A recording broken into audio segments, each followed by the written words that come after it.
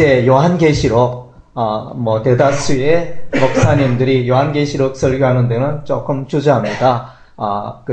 난해하기 때문에, 신학자 칼빈도 요한계시록은 3장까지만 주석을 하고, 그 외에는 잘 모르겠다. 이렇게 그 이후에 주석을 하지 않았는데, 그리고 이 요한계시록의 말씀이 어렵다는 증거는 요한계시록 전공한 사람마다 들어보면 다 각도가 좀 달라요. 물론 큰 뼈대는 비슷할 수 있지만은, 새 골목으로 들어가 보면 다 달라요. 그래가지고, 저도 나름 관심을 가지고 이렇게 들었는데, 아직까지도 확실하게 잡힌 건 아니지만은, 받은 바 은혜를 나누기를 원합니다.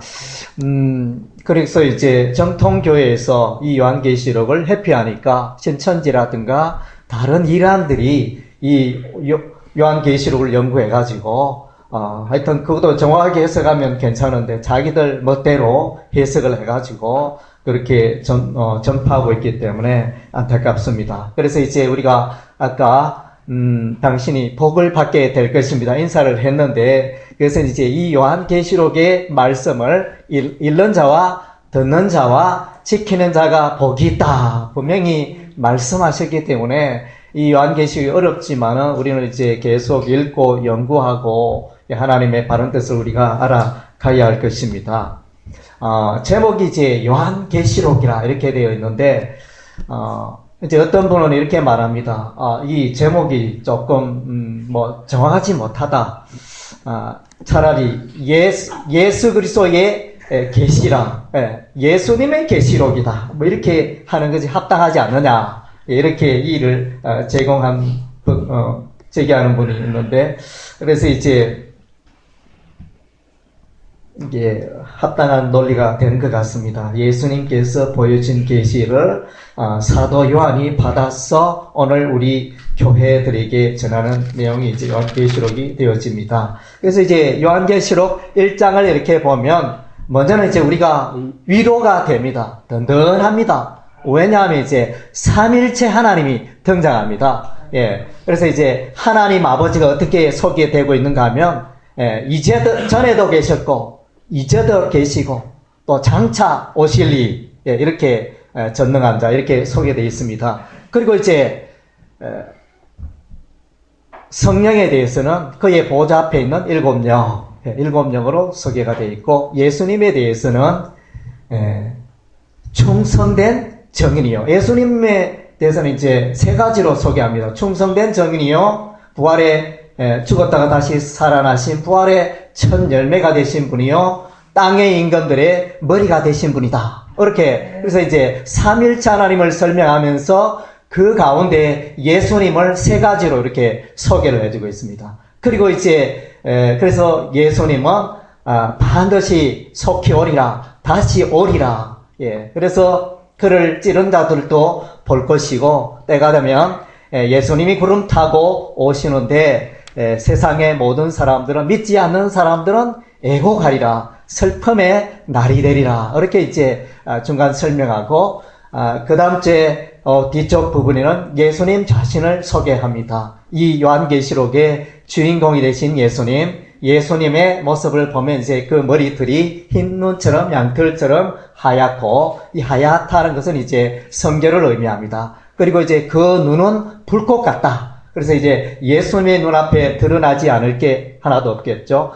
그리고 그 음성은 많은 물소리 같고, 그 입술에서 좌우에 날선 금이 나와서 치게 되어지는 이런 분으로 소개해주고 있고, 그리고 그 얼굴이 해가 힘있게 가는 것 같이, 힘있게 나오는 것 같이 이렇게 비치더라. 그리고 오른손에는 7 별을 붙들고 계시고, 그리고 발은 빛난 주석과 같은 그런 발을 하고 계시는 예수님의 모습. 그래서 이 주석과 같은 이 발은 모든 대적을 밟아버리는 그런 의미가 있고, 7 별을 붙들고 계신다. 이런 7 교회의 사자를 말하는데, 7 교회의 사자를 2가지로 해석합니다. 7 교회의 목회자로 해석하기도 하고, 천사로 해석하기도 하는데, 제가 볼 때는 7 교회의 목회자로 해석해야 된다. 왜냐하면 2장, 3장에 보면 이제 예수님이 이 예언의 편지를 보낼 때, 이제 7교회의 사자에게 편지를 보냅니다. 그러면 천사에게 편지를 보내면 안 되겠죠. 결국은 교회의 대표 되신 분에게 이제 편지를 보내기 때문에, 그렇게 이제 예수님이 소개되어 있고, 예수님께서 이제 예수님에 관한 마무리 발언은 예수님께서 7별을 붙들고 계시고, 7촛대 사이에 거닐고 계신다. 이것이 이제 어떻게 보면 1장의 하이라이트가 되어집니다. 그래서 예수님께서 7교회 목회자를 붙들고 계시고, 예수님께서 7교회를 보호하고 계신다는, 늘 보살피고 보호하시고 암탉이 뿅아리 돌보듯이 교회를 돌보고 계시는 예수님. 그래서 삼위일체 하나님, 또 이와 같이 전능하시고 놀라우신 예수님이 교회를 붙들고 계시니 교회여 안심해도 됩니다. 우리 한번 따라할까요? 교회여 안심하라. 교회여 안심하라. 안심해도 됩니다. 요한계시록 가면 이제 우리가 두려움부터 먼저 가지는데 그건 아니고요. 우리가 평안을 가지고, 오히려 요한계시록의 이 목적은, 전체적인 메시지는 사도 요한이 밤모섬에서 기록을 하게 되어지는데, 그때 당시에 로마 제국에 의해서 엄청난 우상 숭배와 황제 숭배와 두려움과 고난과 사자의 밥이 되고 화형당하고, 그런 고난 중에 위로를 주기 위한 편지가 바로 요한계시록의 말씀이기 때문에 오히려 이제 평안이 되어지는 것입니다. 그리고 이제 2장과 3장에는 7교회가 등장하는데, 2장에는 4교회가 등장하고 3장에는 3교회가 등장합니다. 그래서 이제 우리가 외우는 방법은 앞 첫 글자 따가지고 예서바두 사빌라, 예서바두 삽빌라, 이렇게 하면 좀 이제 쉽게 외울 수 있습니다. 그래서 이제 이 첫 번째 등장하는 에베소 교회에 이제 각 교회마다 첫머리는 예수님이 등장합니다. 예수님이 등장하고, 마지막에는 성령님이 등장하고, 그 다음 주에 중간에는 이제 대적이 등장합니다. 에베소서에는 이제 7뼈를 붙들시고 7촛대를 거니시는 예수님, 그렇게 소개가 되어 있고, 그 다음 주에 에베소서의 대적은 니골라당이 등장합니다. 니골라당은 이제 복음을 변질시키는 그런 이제 이단 종파가 되어집니다. 그리고 이제 마지막에는 항상 이제 성령이 말씀하시지만, 거기서 이제 하이라이터는 이제 이기는 자에게 대한 상급입니다. 이기는 자에게. 그래서 에베소 교회에 편지하면서 이기는 자에게는 하나님의 낙원에 있는 생명 나무의 열매를 먹게 하리라. 이렇게 말씀하십니다. 그리고 이제 두 번째 서머나 교회는 처음이요 마지막이요 죽었다가 살아나신 예수님. 그리고 이제 이 서머나 교회는 유대인들에게, 사단의 회당 유대인들에게 고난과 핍박을 당합니다. 그리고 이제 상급은, 이기는 자에게 주시는 상급은 둘째 사망의 해를 받지 아니하리라 말씀하십니다. 그리고 베가모 교회에서는 이제 예수님이 소개되기를 좌우에 날선금을 가지시니라, 이렇게 소개되어져 있습니다. 그리고 발람의 교훈을 좇는 자들, 이단 세력이 교회에 침투한 것을 말씀해주고 있고, 그리고 이제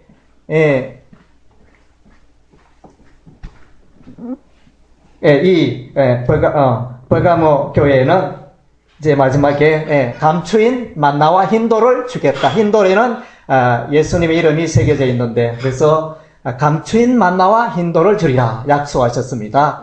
그리고 이제 두아티라 교회는 예수님께서 불꽃 같은 눈으로 보시고 또 주석 같은 발로 밟으시는 예수님으로 등장하며, 거기에 이단 세력은 이세벨 여인 이스라엘이 등장해서 교회를 혼란케 하는 이런 세력이 등장합니다.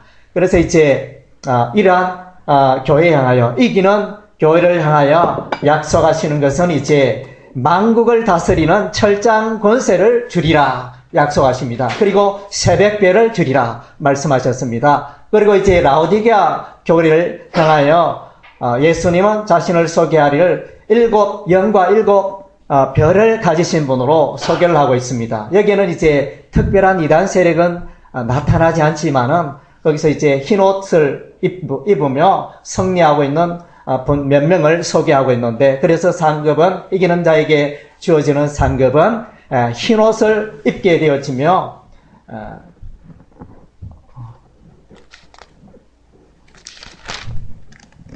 흰 옷을 입게 되어지며, 그의 이름이 생명책에서 지워지지 아니하는 그런 이제 상급을 주심을 약속합니다. 그리고 빌라델비아 교회는 다윗의 열쇠를 가지시니 열면 닫을 사람이 없고 닫으면 열 사람이 없는 분으로 소개하고 있고, 이 빌라델비아 교회도 유대인들에게 고난을 받는 장면으로 등장합니다. 그리고 이제 이 빌라델비아 교회에 이기는 자에게 주시는 상급은 하나님의 성전에 두 기둥이 되게 하고, 하나님의 이름과 새 예루살렘의 이름과 예수님의 이름을 그 위에 기록하리라, 이렇게 약속하십니다. 그리고 라오디가 교회는 이제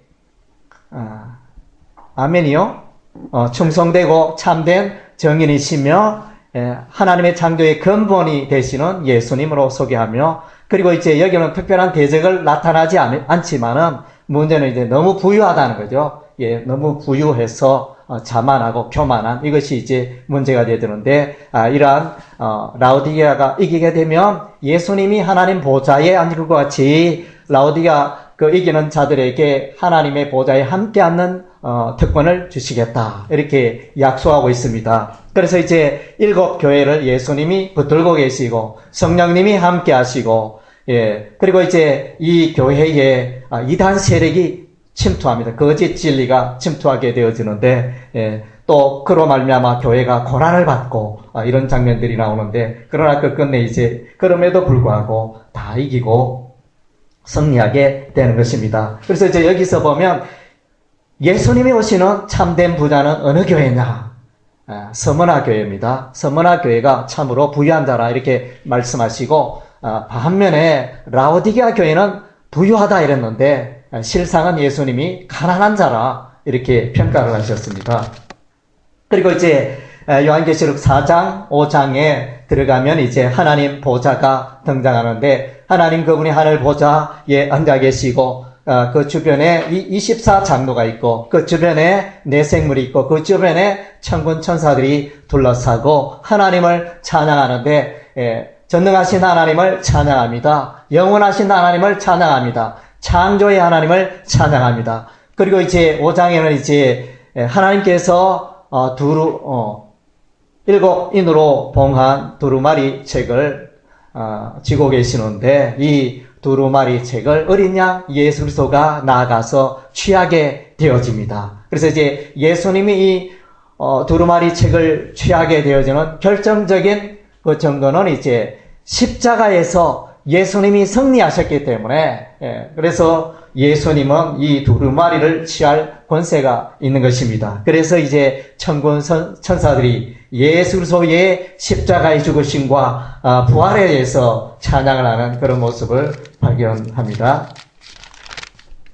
그리고 이제 예수님께서 계시록 6장에서 이제 인을 떼기 시작합니다. 첫째 인을 뗐을 때 흰 말을 탄 자가 등장하고 활을 가진 면류관을 받았는데, 이 사람은 누군가? 보통 이제 이 흰 말에 대한 해석은 어떤 분은 예수님이다, 어떤 분은 적그리스도다, 이렇게 해석을 하는데, 저는 이제 적그리스도로 봅니다. 그래서 이제 이 첫째인과 넷째인까지는 이렇게 맞물려 있다. 제가 볼 때는 이 첫째인 흰말 적그리스도의 등장, 이기려고 하더라. 이 적그리스도의 등장으로 말미암아 이 땅에 전쟁이 오고, 이 땅에 사망이 오고, 전염병이 오고, 이 땅에 기근이 온다는 그것을 이제 연쇄적으로 말해주고 있습니다. 그래서 이제 흰말은 적그리스도를 말하고, 둘째인을 떼니 붉은 말이 나오는데, 붉은 말은 피색을 의미하니까 전쟁을 의미하고, 셋째 인을 떼니 이제 검은 말이 나오는데, 검은 말은 기근을 의미해. 검은 말 위에 저울을 가진 자가 말하되 한 데나리온에 밀 한 대요, 한 데나리온에 밀 보리 석 대로다, 이렇게 이제 외치면 기근을 말하고 있는데, 그래서 이제 기근을 설명하고, 그 다음 네 번째는 말 위에 탄 자, 청황색 말이 나오는데 그 위에 탄 자는 사망이라. 그래서 이제 이 사망 이후에 보니까 칼과 금과 기근과 땅의 짐승으로 죽이게 되는 사망이 이르게 되는 그런 내용이 등장합니다. 그리고 이제 다섯째 인을 떼니 하나님의 제단이 버리며 하나님의 제단 안에 순교자들이 이렇게 소원을 아뢰고 있습니다. 하나님이여 우리의 그 원수를 언제 갚아주시겠나이까? 예, 우리의 소원을 언제 들어주시겠나이까? 이렇게 기도하니 이제 조금 기다려라.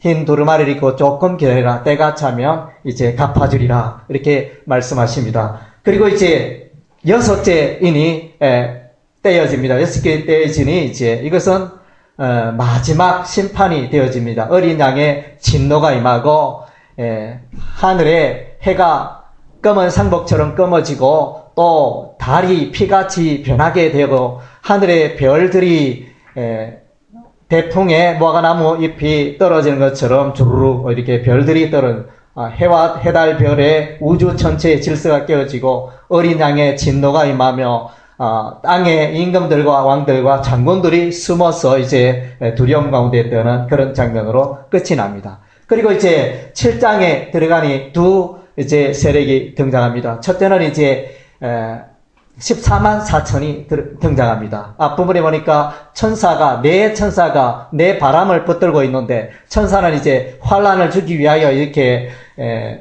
준비하고 있는데 잠시 기다리라. 이게 하나님의 종들의 그 이마에 인을 치기까지 그 인을 보니까 14만 4천 이제 구약의 12지파 신약의 12사도 12 곱하기 12 144 이렇게 해가지고 이제 하나님의 교회를 의미한다. 예. 그래서 이 부분을 14만 4천을 하나님의 교회로 해석하기도 하고 하나님의 종들로 해석하기도 합니다. 저는 이제 하나님의 교회라 이렇게 해석합니다. 그리고 보니까 흰옷 입은 무리들이 나타납니다. 하늘에 이렇게 올라오게 되어지는데 이들은 큰 환란을 통과하여 하늘로 올라오는 자들이라고 그랬습니다. 이들이 천국으로 들어가게 되고 예수님께서 그들을 위로하시고 생명수 샘으로 인도하는 이런 장면이 등장합니다. 그래서 이 흰 무리는 누구냐? 이제 14만 4천과 흰옷 입은 무리는 동일한 교회를 의미한다. 그래서 이제 아까 14만 4천은 땅에서 환란을 통하고 고난받는 교회를 말한다면 이제 올라가는 하늘에 이렇게 올라오는 이 흰옷 입은 무리들은 마지막 날에 재림의 날에 다 구원받는 하나님의 백성들 이렇게 해석을 할 수가 있습니다. 그리고 이제 8장에 들어갑니다. 8장에는 이제 하나님께서 첫째 나팔, 둘째 나팔, 셋째 나팔, 넷째 나팔을 울리게 되죠. 천사를 통하여 첫째 천사가 나팔을 부니 땅에 그 재앙이 쏟아지네요. 예. 그래서 이제 첫째 천사가 나팔을 부니 하여튼 이제 우박과 불이 땅에 떨어져서 땅 3분의 1이 파괴가 되어지는 이런 일이 일어납니다.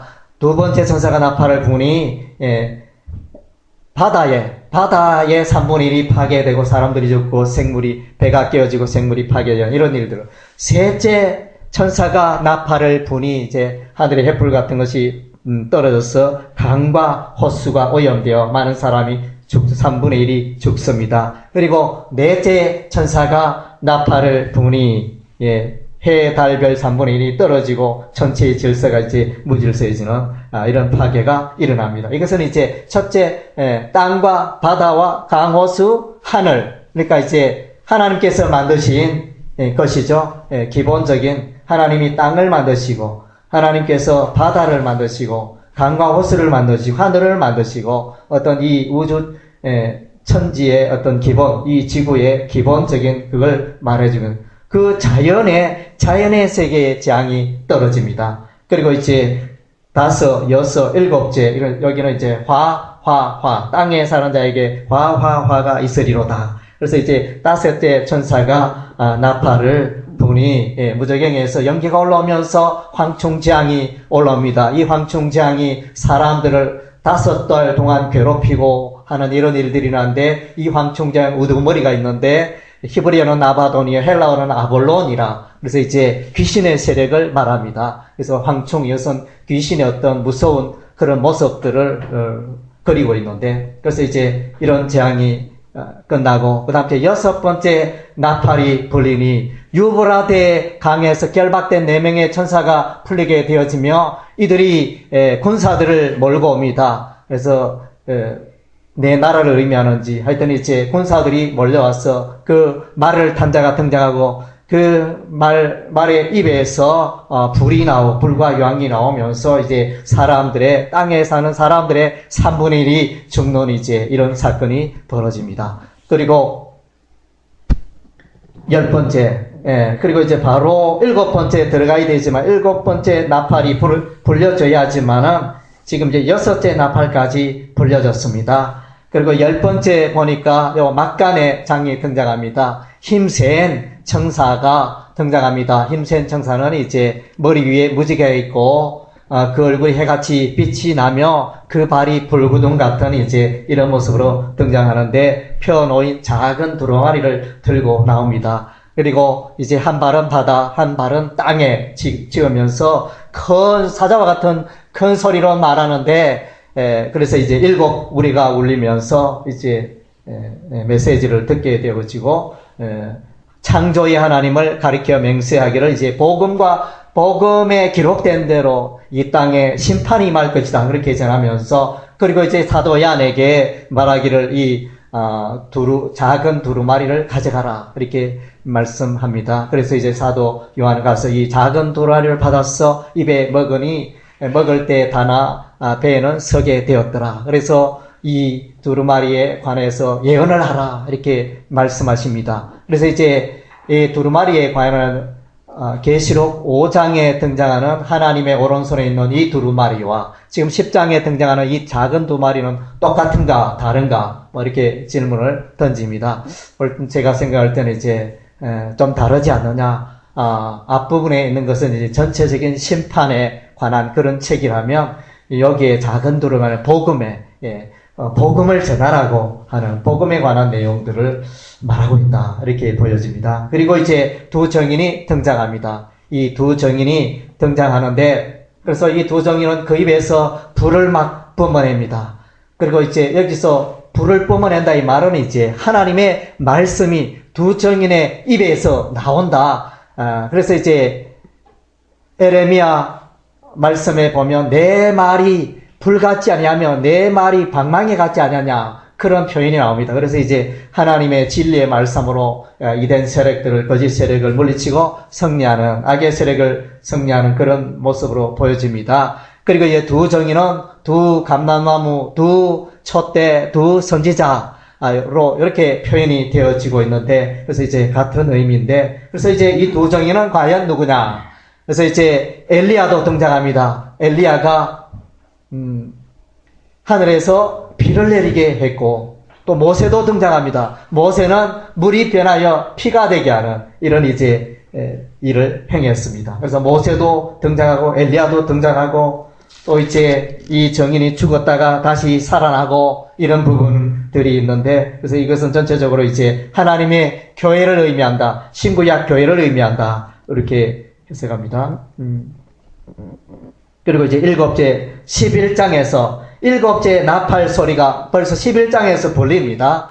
그러니까 두 정인이 나타나는 여기서 11장 마지막 부분에 7째 나팔이 울리게 되어집니다. 그래서 7째 나팔이 울리면서 그래서 7째 나팔이 울리면서 11장 19절에 보면 이 심판이 마지막 7 대접 재앙 심판이 이루어지게 되는데 그 심판의 근거는 성전이 열리고 성전이 열리니까 거기 하나님의 언약궤가 보이고 번개 음성과 우레와 지진과 큰 우박이 있더라. 그래서 이제 하나님께서 늘 자신의 언약의 말씀을 가지고 이 세상을 심판한다는 것입니다. 복음의 말씀을 가지고 이 세상을 심판한다는 것입니다. 그래서 심판의 이미지는 번개, 음성, 우레, 지진, 큰 우박, 이런 사인이 나타납니다. 그리고 이제 12장에는 이제 붉은 용, 마귀가 등장합니다. 그래서 이제 삼마일체,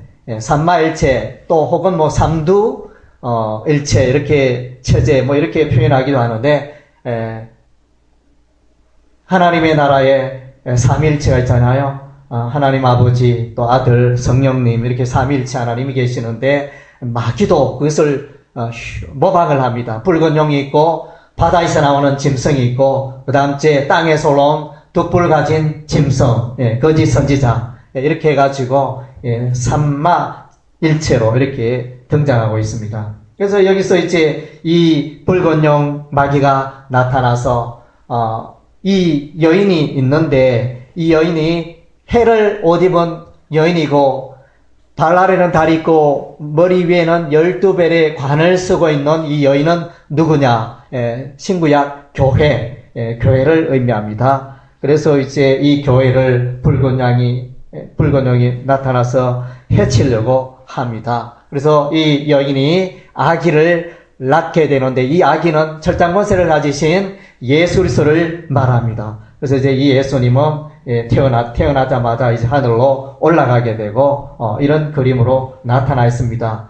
그리고 이제 이 영은 권세가 있어서 하늘의 별 3분의 1을 그 꼬리로 땅에 떨어뜨립니다. 이것은 이제 사단의 무리를 말하기에 또 악한 천사라고 할 수 있겠습니다. 이들이 땅으로 내쫓기면서 그래서 영의 권세가 시작이 되어지는데, 그리고 이제 이 영은 하늘에서 전쟁을 합니다. 하늘에 있다가 미가엘의 군사와 그의 사자들과 붉은 용의 군사들과 그 사자들이 더불어 전쟁을 하여 하늘에서 이 붉은 용은 땅으로 내쫓기게 되어집니다. 그리고 나서는 이제 이 붉은 용이 여인을 집어 삼키려고 이렇게 하지만은 여인은 독수리 두 날개를 받아 광야에 가서 이렇게 피난하게 되고, 그래서 이제 이 용이 물을 토하여 여인을 떠내려가게 하려고 했지만은, 그러나 이 여인은 이제 안전하게 되어집니다. 땅이 입을 벌려 그 물을 마시기 때문인 것입니다. 그래서 이것은 이제 진리의 전쟁으로, 거짓 진리로 공격을 할 때, 그런 모든 거짓 진리들을 이기고 승리하는 그런 모습, 교회와 마귀의 전쟁을 보여주고 있습니다. 그리고 이제 두 번째, 바다에서 올라오는 한 짐승이 있는데 머리가 7이고 뿔이 10개나 됩니다. 그래서 이제 이 짐승이 하는 일은 주로 신성모독하는 것, 하나님의 이름을 비방하고 하나님의 이름을 이제 해방하는 이런 역할들을 주로 하게 되어지는데, 이 짐승은 그 머리 중에 하나가 죽었는데 다시 살아나는 그런 이적을 행합니다.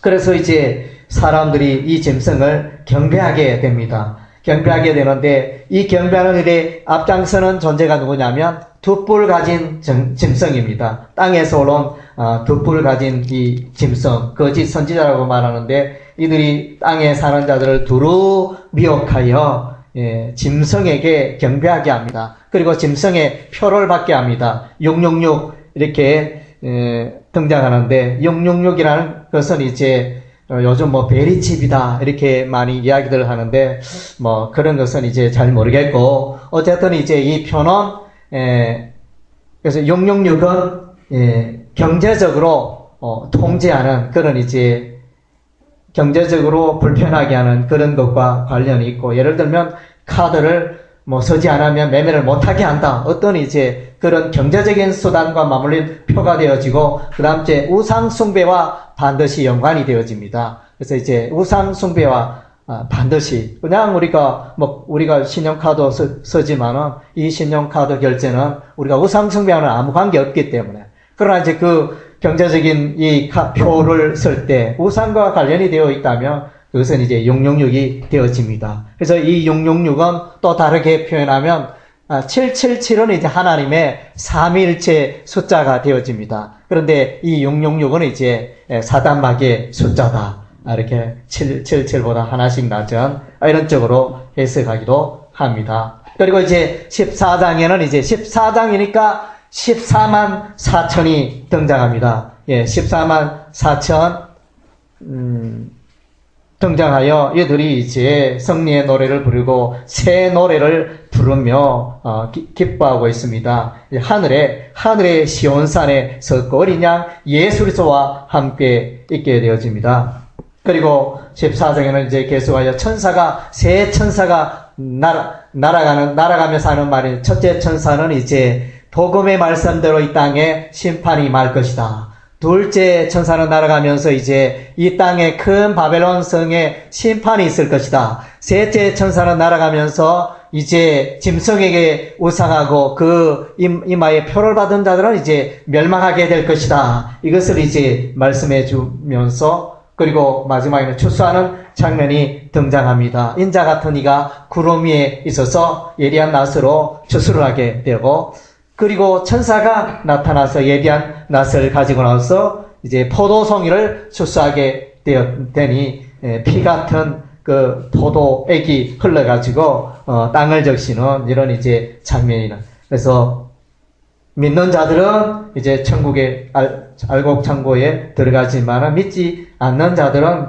이렇게 심판을 받아 포도주 틀에 던져져 엄청난 이제 재앙을 당하게 되는 것입니다. 그리고 이제 15장이 등장합니다. 여기서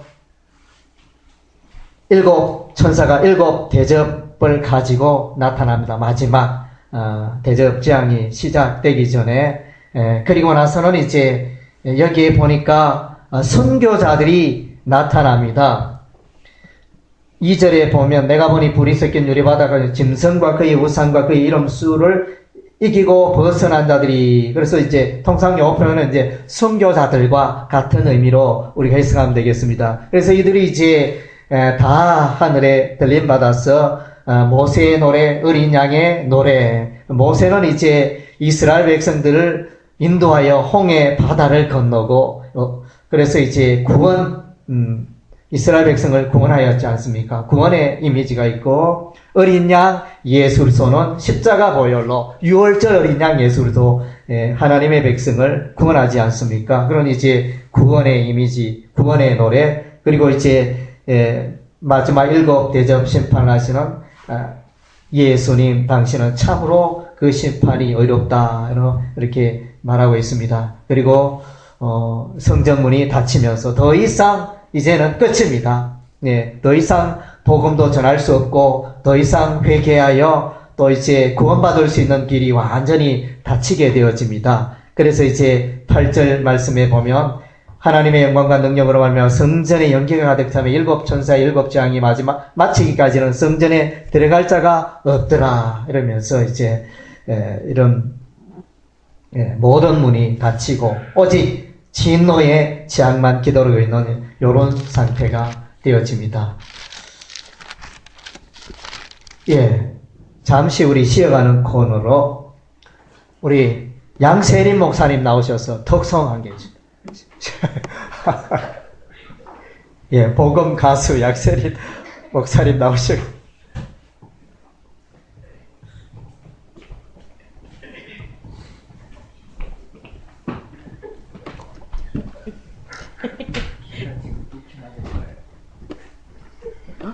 키가 지금 2키 낮게 돼 있어. 올리는데. 제가 애들을 걸러드릴게요. 몇 번? 아니, 키를 올려. 양세림 목사님이 여러 살렸으면 지났어. 제 마음에 들어가니까.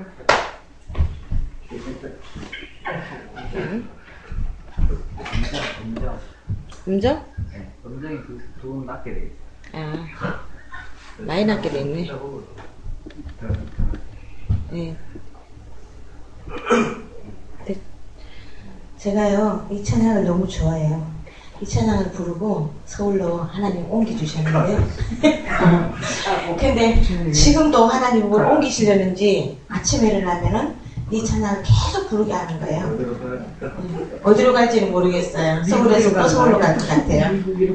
연이어서 제가 두 곡을 부르도록 할게요.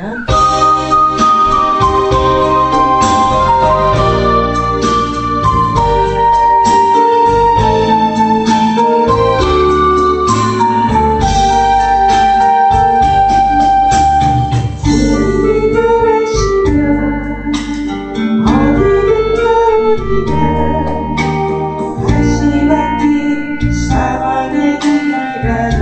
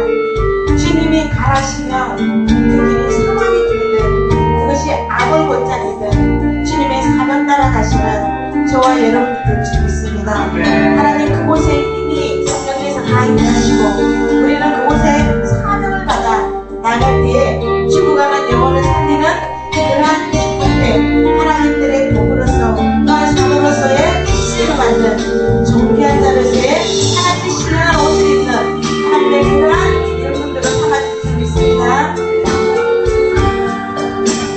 내 생명 다하여 주님만 따르리라. 내 생명 다하는데 내 눈물 닦아주며 건강히 나를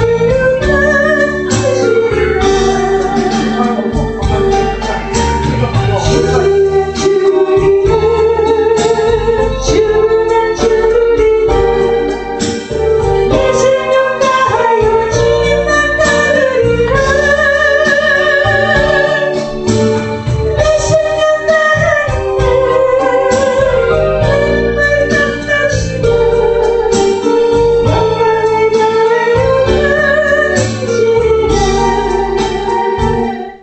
아멘.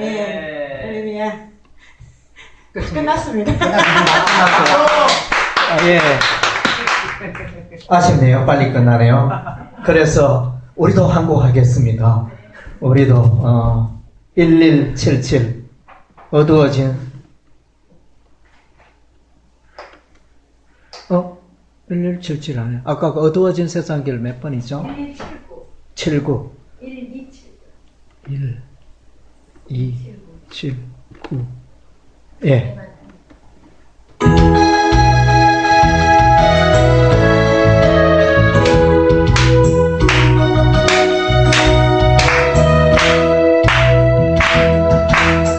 어두워진 세상 길을 주님 없이 걸어가 나의 영혼 어두워졌네. 어느 것이 길인지 어느 것이 진리인지 아무것도 알 수 없었네. 주님 없이 살아가는 곳 실패와 좌절거리네. 사랑하는 나의 주님의 영혼 눈을 뜨게 하소서. 열려라 해마다 열려라. 눈을 뜨게 하소서.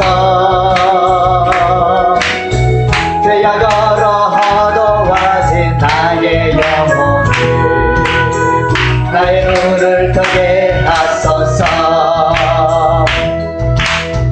아무것도 알 수 없고 아무것도 볼 수 없고 아무것도 덜을 수 없네. 세상에서 방황하며 이리저리 헤매다 사랑하는 주님 만났네. 어두웠던 나의 눈이 열리고 막혔던 귀가 열리네. 답답했던 나의 마음 열리고 나의 영혼 열리네. 열려라 해마다 열려라. 눈을 뜨게 하소서. 죄야 걸어 어두워진 나의 영혼 나의 눈을 뜨게 하소서. 아멘. 예, 이제 16장에 일곱 대접 재앙 마지막이 등장합니다. 그래서 이제 일곱 인과 일곱 나팔과 일곱 대접이 어떤 관계에 있느냐. 그래서 이제 뭐 저도 아직 시원한 해석들을 잘 못 봤는데 제가 생각하기에는 이제 일곱 인은 그러니까 하나님의 심판의 그 목판이 되는 그런 모습을 보여줍니다. 하나님께서 일곱 인을 통해서 이 악한 대적들을, 이 악한 세상을 어떻게 심판하실 것인가, 그것을 보여주되, 이제 나팔은 경고적인 의미가 있잖아요. 그래서 이제 우리가 고린도서 말씀에 마지막 나팔이 울릴 때 예수님이 재림한다, 이런 약속이 있기 때문에 첫째, 둘째, 셋째, 넷째, 다섯, 여섯째까지는 경고적 의미에, 그래서 재앙의 수준도 보면 3분의 1로 나타나 있는데, 마지막 7 대접장에는 이제 전부 100% 재앙이 임하는 그런 식으로 해석이 되어져 있습니다. 그래서 이제 7이는 역사의 큰 틀을, 심판의 큰 틀을 말하고, 거기서 경고적 의미로 이제 하나님의 나팔로 인해서 땅과 바다 하늘에 또 사람들에게 임하는 재앙을 보여주고 있고, 좀 더 심하게 7 대접장으로 이제는 용서 없는 마지막 하나님의 진노의 장의 7 대접장이다. 그렇게 이제 연결고리를 가지고 보시면 될 것 같습니다. 그래서 이제 이 7 대접장의 특징은 악한 자들에게, 사단 마귀에게 어둠의 나라에 그 집중적으로 하나님의 재앙 심판이 임한다는 것입니다. 첫째 천사가 가서 그 대접을 땅의 소돔에 짐승의 표를 받은 사람들과 우상에 경배하는 자, 그러니까 이렇게 우상 숭배하는 자들에게 하나님의 재앙이 임합니다. 그리고 둘째는 이제 바다의 소돔에, 바다가 죽은 피같이 되며 생물들이 있고, 셋째 천사가 그 대접을 강과 물의 호수의 소돔에 피가 되든 온통 피가 되어지는 이런 일이라. 그리고 넷째 천사 그 대접을 해의 소돔에, 하늘에 있는 해의 소돔에 그 해가 권세를 받아 불로 사람을 태워 죽이는 이런 일이라고. 그럼 다섯 번째 짐승의 왕자의, 그러니까 짐승의 나라의 그 왕자, 보호자, 어떤 이제 거기에 하나님의 대접장의 심판이 일어나요. 그 나라가 어두워지며 사람들이 혀를 깨물며 고통에 빠지는 그런 이제 일이 일어나고, 그 다음 주에 여섯 번째 대접장이 유브라데 강에 쏟아지게 되어지며, 맞죠?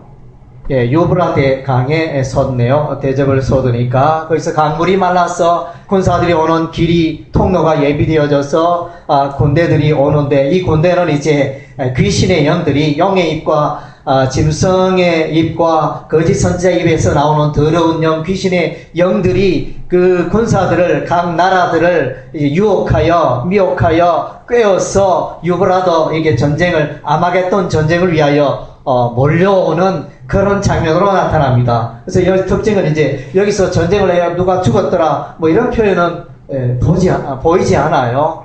그래서 이제 왜 그럴까?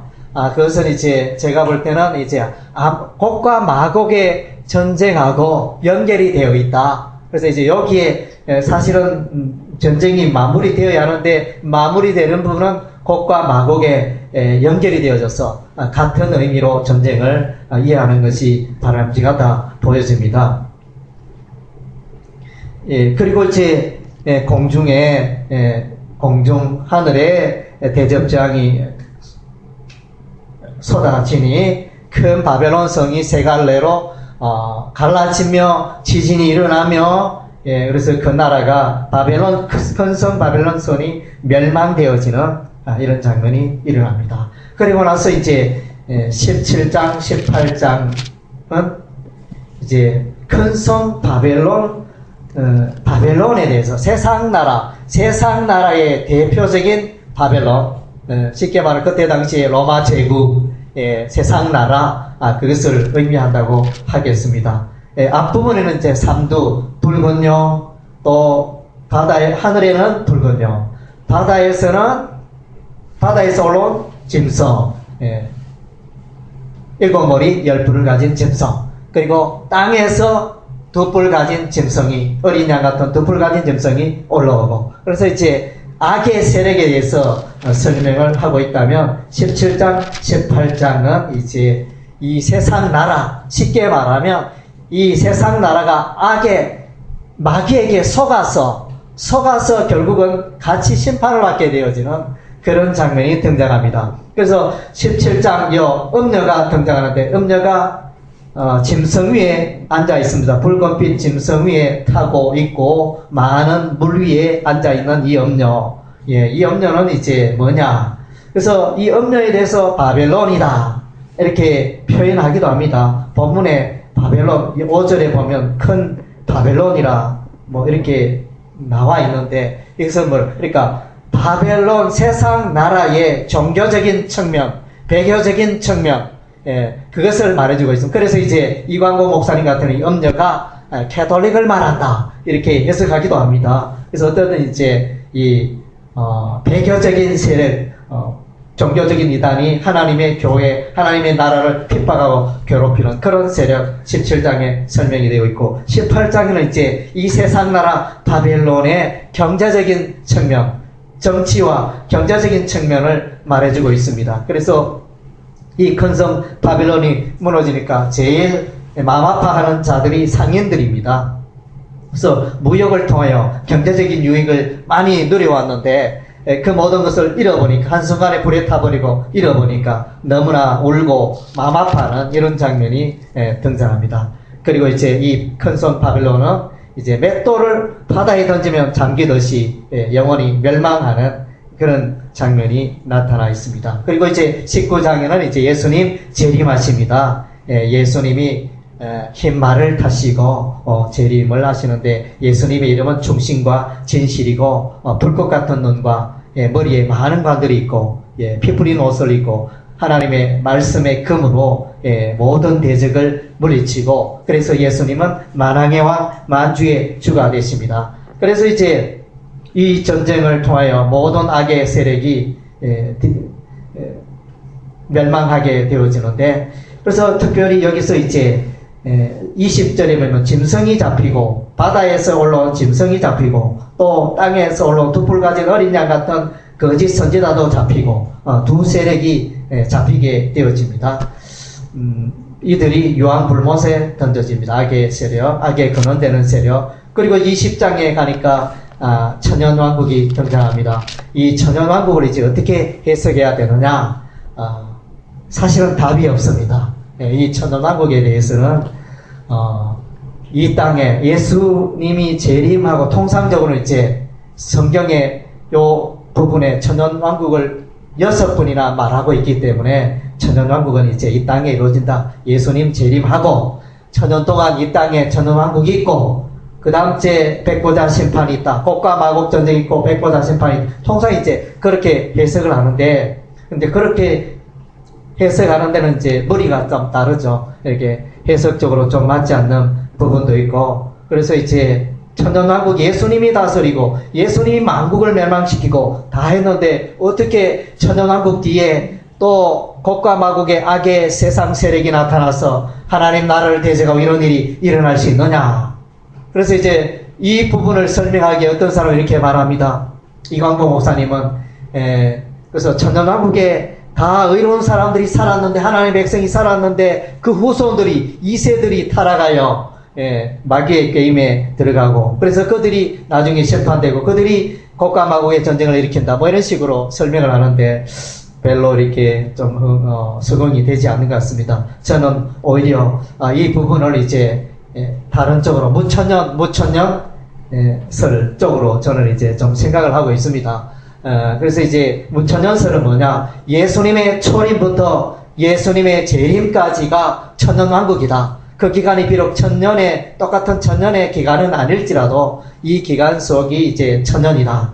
이렇게 해석을 합니다. 그래서 이제 요 부분을, 그래서 이제 이 무천년설의 약점은, 그래서 분명히 천사가 와서 쇠사슬을 가지고 그 붉은 용을 결박하여 무저갱에 넣고 열쇠로 잠그고 봉인하였는데 어떻게 이 땅에는 이 붉은 용이 여전히 활약을 하고 있느냐. 베드로전서 5장 7절에 베드로는 말하기를 이제 사단 마귀가 오는 사자처럼 두루 다니며 삼킬자를 찾는다. 이렇게 표현하고 있는데 이게 그러면 어떻게 설명해야 되느냐. 이 부분을 설명하기가 쉽지 않죠.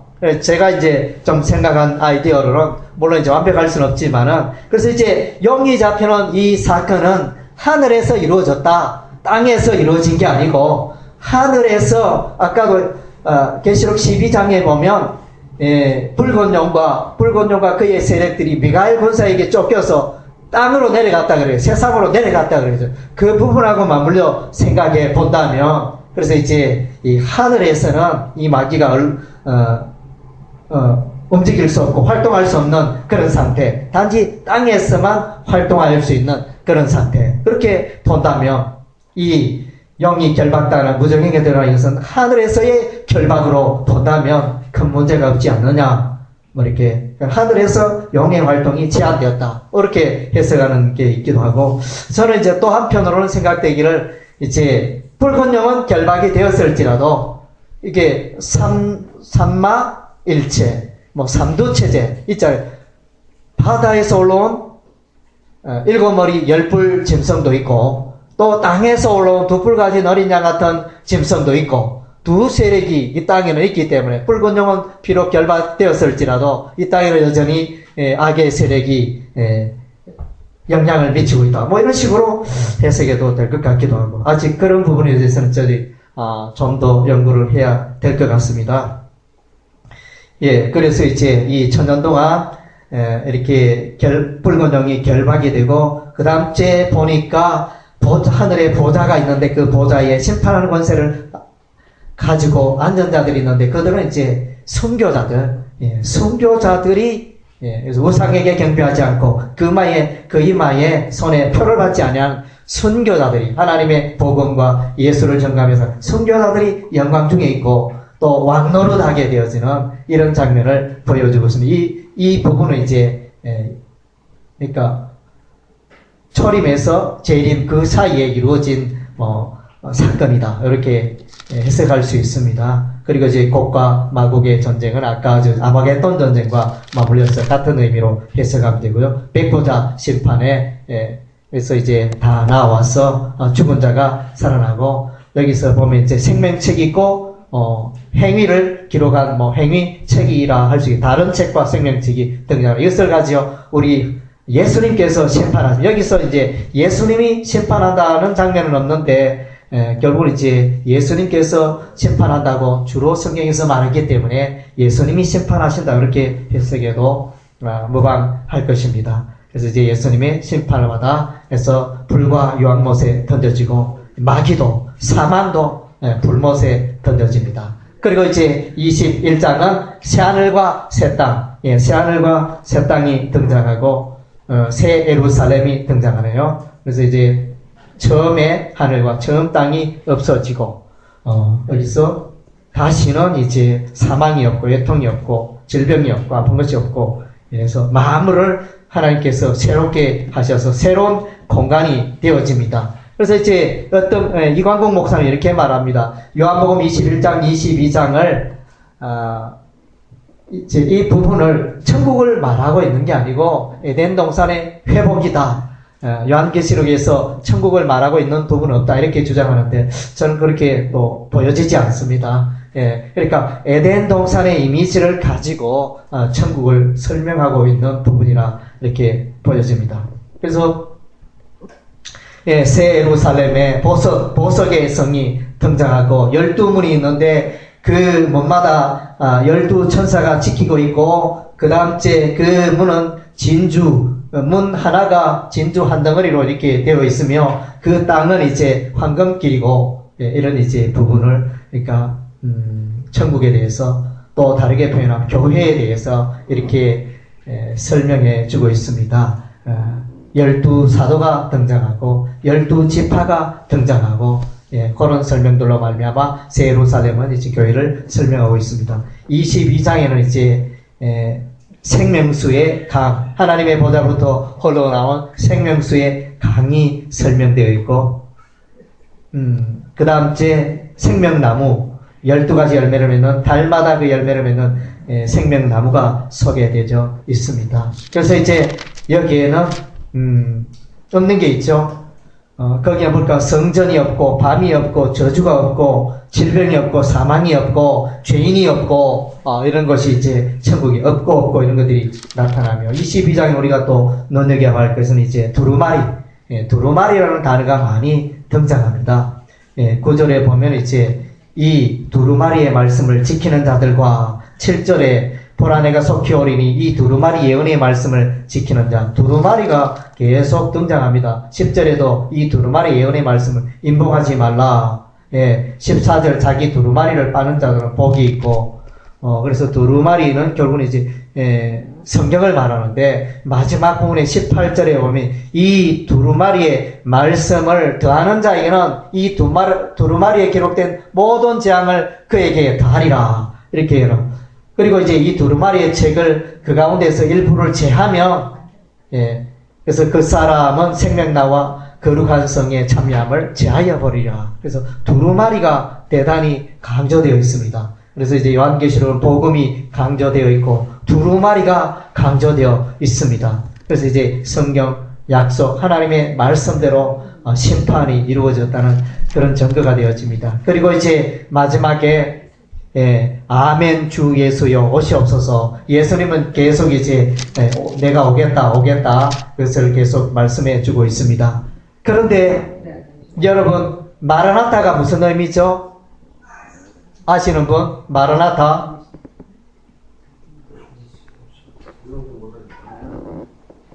마라나타 의미가 뭐죠? 주 예수여 오시옵소서. 주 예수여 오시옵소서. 주여 임하시옵소서. 이것이 마라나타 의미인데, 그런데 여기 20절에 원어성경 헬라에 보면 마라나타가 있을까요 없을까요? 제가 이제 안 그래도 그 부분을 확인을 해봤는데 저도 깜짝 놀랐어요. 나는 마라나타가 늘 마라나타 그러길래 여기에 주 예수의 오시옵소서에 당연히 마라나타가 있는 줄 알았는데 보니까 없어요.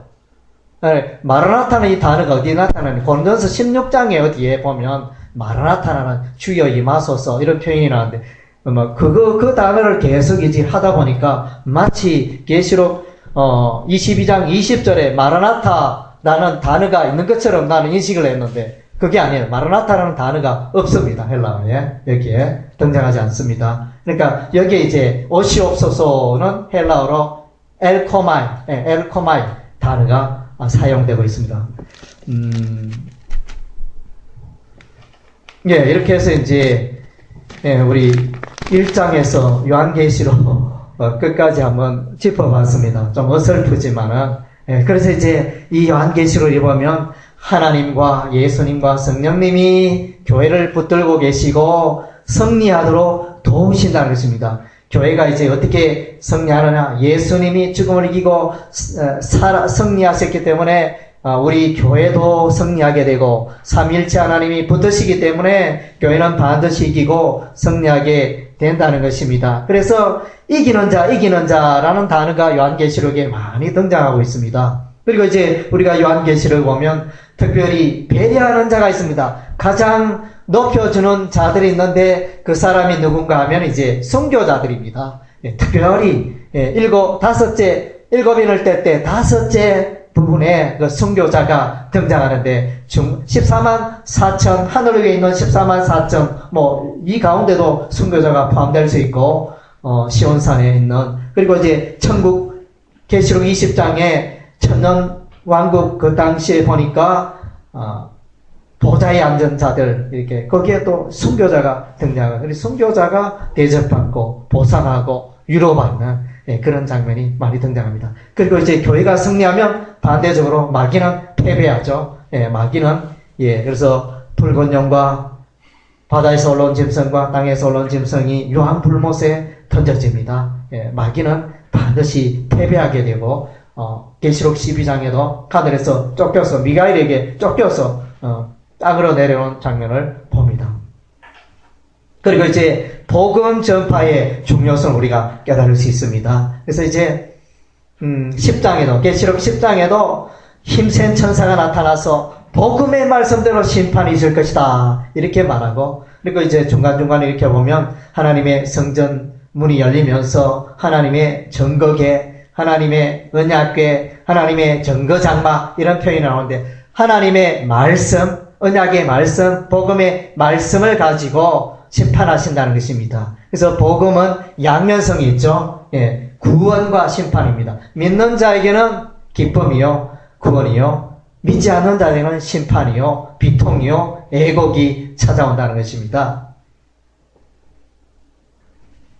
예, 그래서 이제 우리가 요한계시록의 말씀을 돌아봤습니다. 그래서 우리도 계시록의 말씀을 읽으면서 또 다시 오실 예수님을 생각하고 또 승리하는 교회, 우리가 이 땅에는 환난 당하지만 모든 악의 세력을 이기고 승리할 것을 굳게 맺는 여러분이 되시기를 주의 이름으로 축원합니다. 아멘. 예, 기도하겠습니다. 할렐루야. 하나님 아버지 감사드립니다. 오늘 고난당하는 교회에 아버지여, 또 오늘 귀한 요한계시록의 말씀을 다하여 주셨어. 아버지, 일곱 교회가 소망을 가지고 살게 하시고 또 어려움 중에도 고난 중에도 승리하는 삶을 살게 하시니 감사드립니다. 아버지여, 또 삼일체 하나님이 우리를 붙드시고 교회를 붙드심을 인하여 감사를 드립니다. 마침내 악의 세력은 멸망하지만 교회는 승리하게 될 것을 인하여 감사와 찬양을 돌려드립니다. 아버지여, 다시 오실 예수님을 기다리며 소망하며 우리의 삶을 예비하고 준비하는 또 전투하는 우리의 삶이 되게 하나님 은혜 베풀어 주옵소서. 감사드리옵고 예수님 이름으로 기도드립니다. 아멘.